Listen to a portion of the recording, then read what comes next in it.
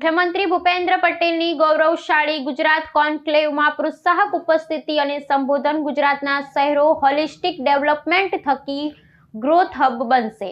અમદાવાદ ખાતે આયોજિત ગૌરવશાળી ગુજરાત કોન્ક્લેવમાં સંબોધન કરતા મુખ્યમંત્રી ભૂપેન્દ્ર પટેલે જણાવ્યું હતું કે ગુજરાત અને વિકાસ આજે એકબીજાના પર્યાય બન્યા છે, જેના પાયામાં વડાપ્રધાન નરેન્દ્રભાઈ મોદીની વિકાસની રાજનીતિ છે, જેણે એક નવો ઇતિહાસ રચ્યો છે। ગુજરાત વિકાસનું રોલ મોડલ બન્યું છે એવું તેમણે ઉમેર્યું છે।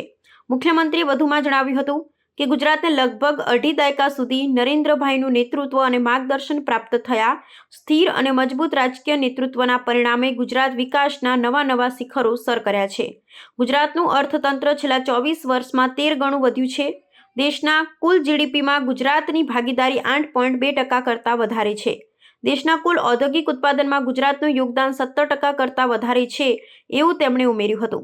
વિકસિત ભારત માટે વિકસિત ગુજરાતના સંકલ્પ સાથે વિઝન ડોક્યુમેન્ટ 2047 રોડમેપ તૈયાર કરનાર ગુજરાત દેશનું સૌપ્રથમ રાજ્ય છે। વર્ષ 2047 સુધીમાં ગુજરાતના જીડીપીને 3.5 ટ્રિલિયન અમેરિકન ડોલર સુધી લઈ જવાનો ધ્યેય રાખ્યો છે। ગુજરાત પોતાના તમામ નાગરિકો માટે લિવિંગ વેલ, અર્નિંગ વેલને પ્રાથમિકતા આપે છે।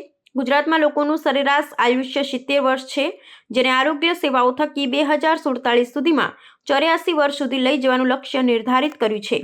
વડાપ્રધાનના સર્વસમાવેશક અને ટકાઉ વિકાસના વિઝનને ચરિતાર્થ કરવા પ્રતિબદ્ધ છે એવું તેમણે ઉમેર્યું હતું।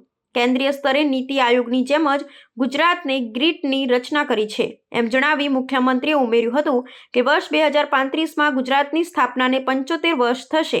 ગુજરાતનું અમૃત વર્ષ એક માઇલસ્ટોન પુરવાર થશે। ગુજરાતના વિકાસ માટે 4I ઇન્ફ્રાસ્ટ્રક્ચર, ઇનોવેશન, ઇન્ડિવિજ્યુઅલ્સ અને ઇન્સ્ટિટ્યુશન્સ આધારિત આયોજન કરવામાં આવ્યું છે એવું તેમણે ઉમેર્યું હતું।